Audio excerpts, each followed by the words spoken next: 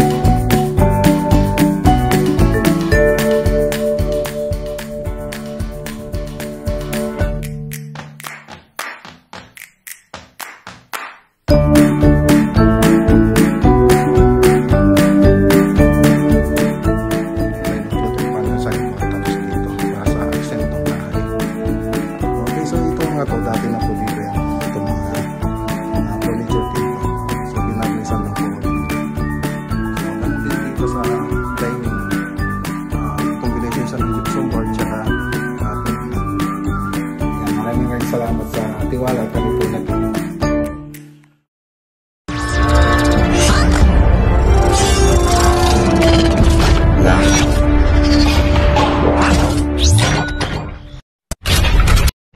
Okay, good morning. Good morning po mga boss. Dito tayo sa City Hardware. So, bili po tayo ng roller na may texture.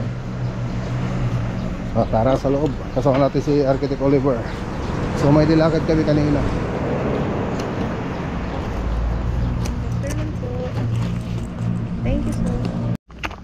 Subukan natin to mga boss. 247, kuha tayo ng dalawa. Testing lang naman. Testing. So yan lang yung pinunta natin dito. So tara, tapos punta tayo ng Paniki. Hintan? Sa'yo muna dito mamaya. Siyempre wala akong pera sa pag dito. Ay ano? Ganyan siyam. Okay. Sir, kay kon lang. Mampay. Sige, sir. Sir. Okay. Nandito tayo sa Green Meadows. Diyan, diretso mo.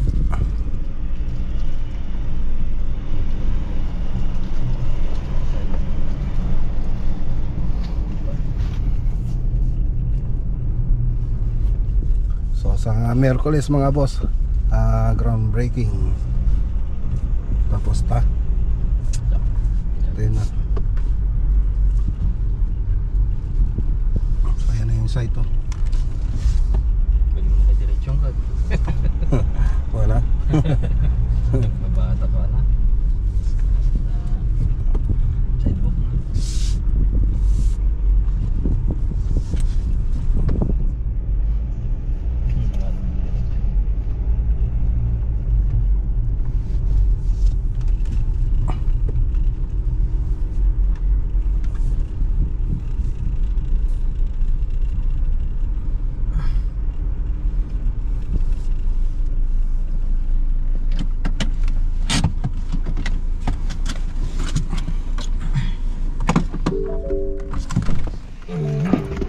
Okay, dito na tayo mga boss. So ito yung layout natin. 200 square meter, 2 story. So ano lang pa tayo, preparasyon. Tapos sa Miyerkules po, April 10 ang groundbreaking po natin dito. So may barracks na rin po silang ginawa. So tanggal na rin yung ano dito, yung ano na yan, mangga. So tinanggal na rin po natin. So ayan, nagpapabricate na po ito ng mga stirrup para sa mga column natin. So ito yung gagamitin natin sa groundbreaking. Ayan no, naka-ready na, nakapintura na rin. Tapos yung mga scaffolding andito na rin. So ready na. So, scoring jack. Tapos mga bakal andito na rin. Hollow blocks. So kompleto na. Yung magano na lang mga boss, groundbreaking na lang inintay. Sa 10 pa naman yan mga boss. So malapit na. Ano na ngayon eh? Anong araw na ngayon? Monday. Kakalimutan ko na yung araw ngayon. 8, 9. Merkules. Merkules. Groundbreaking.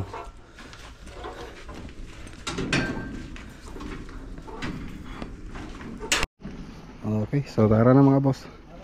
So soil poisoning. So yun ang ginagawa nila ngayon. So tatanggalin na rin namin yung bahay ng anay doon. Okay, so okay na yan sa Merkules. Clean na po lahat yan mga boss. Pwede na tayong mag groundbreaking. So tara, punta muna tayo sa Matubog. Matubog project. Tingnan natin kung tapos na. Okay, dito naman tayo sa Purok 2. Matubog, Emiling Tarlac. So matagal-tagal po tayong hindi nakapasyal dito mga boss. So pinatapos lang po natin yung mga ibang tatapusin dito bago tayo pumunta. Before and after na po tayo rito mga boss. So check muna natin bago tayo magsimula sa before and after. Check muna natin yung loob. Okay, dito na po tayo mga boss. Ayun, shoutout kay Ma'am Cecil Bacchini, kay Ma'am Yoli, tsaka kay Ma'am Isabel Forbes. Yan, ito yung bahay nila. Ang ganda na oh. Okay, finish. Meron na rin yata nakatira. Check na natin. May tao na.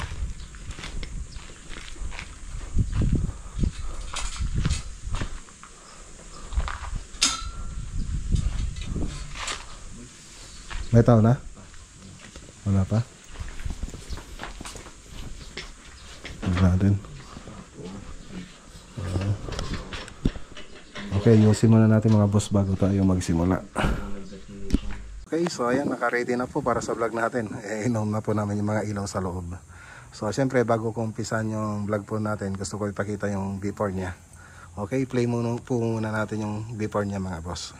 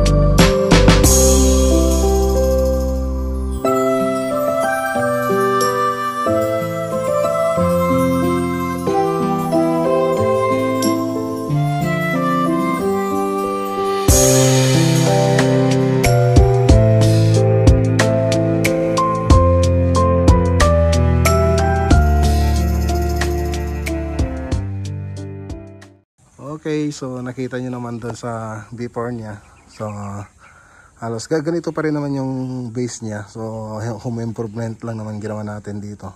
So ang ginawa po natin dito yung gutter, spandrel. So ang unang gawa pala natin dito yung kisame. Tapos ceiling paint, tapos sinplay po natin mga ilaw niya. Tapos extension. So doon sa likod ng extension gumawa po tayo ng isang kwarto doon. Tapos laundry, tapos kitchen, tapos may pugon din po tayong ginawa doon. Tapos sumunod na tong tiles ng mga ng flooring, tapos mga bintana. So yan po yung mga pinagawa po sa atin. Tapos yung ibang pintura dito sa bahay. So libutin muna natin mga boss para makita nyo. Okay, so yan po yung itsura niya ngayon. So dati wala po yun. Okay, so makakapunta rin tayo mamaya ito mga boss. So okay, ikutin lang muna natin mga boss. Yan. Okay, so mga bintana nito makikita nyo naman doon sa before niya. Okay, so ayun mga boss. So mayroon na rin tayo nilagay na security grill. Okay, pasok naman tayo dito sa loob. So wala na pong tao rito na nagtatrabaho. So ito yung kisame niya dito sa labas. Okay, so yan na mga boss. So ito na po yung itsura niya ngayon. So dati meron pang baluster dito, so tinanggal na po natin yun. So yung 3D animation po nito, nakita nyo naman doon sa plane natin.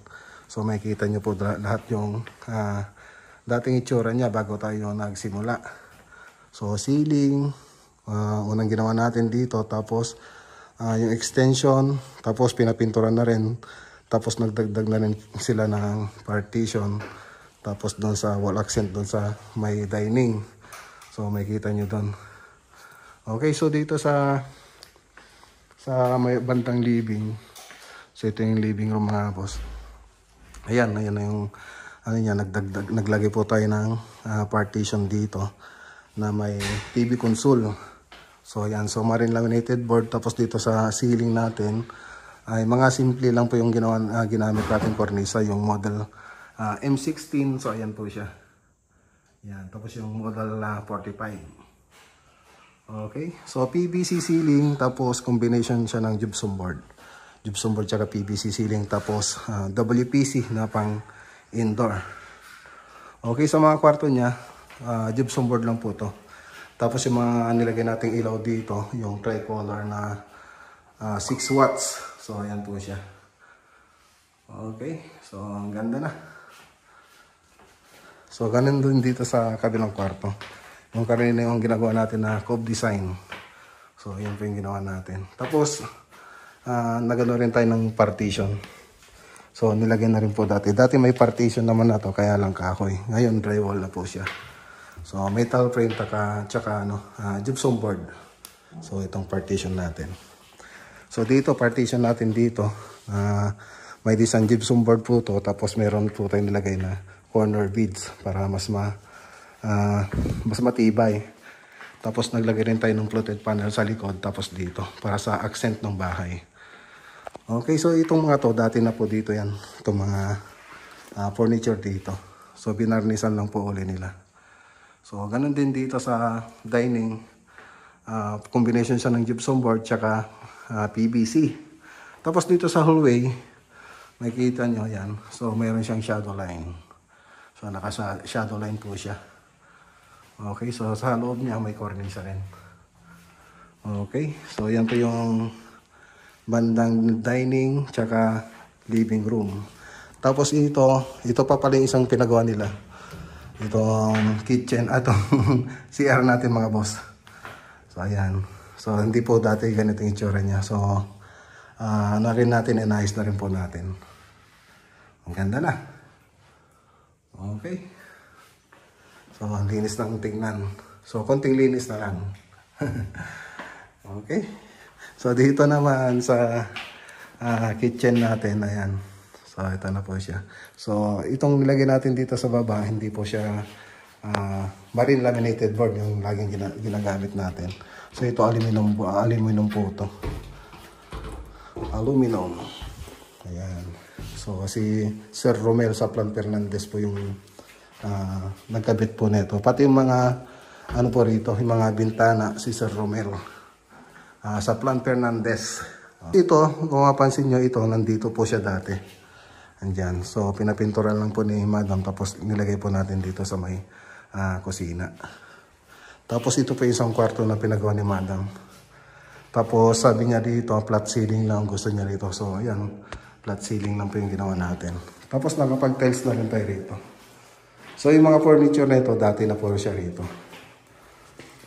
Okay. Ganda na. Tapos dito sa laundry area, so yan po siya. Yan po yung ginawa natin. So concrete stamp lang po siya. Okay. Ang ganda na. Tapos dito yung pugon. Ayan yung pugon mga boss. Pwede sila magluto dyan.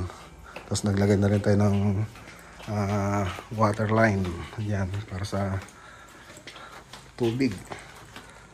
Okay, so ito yung extension. Ayan. Okay na. So dito. So hindi na po natin ginaya sa kabila na yung pebbles. So dito parang anay finish na lang po yung ginawa natin dito. Okay, so punta naman tayo sa kabila. Kabilang side.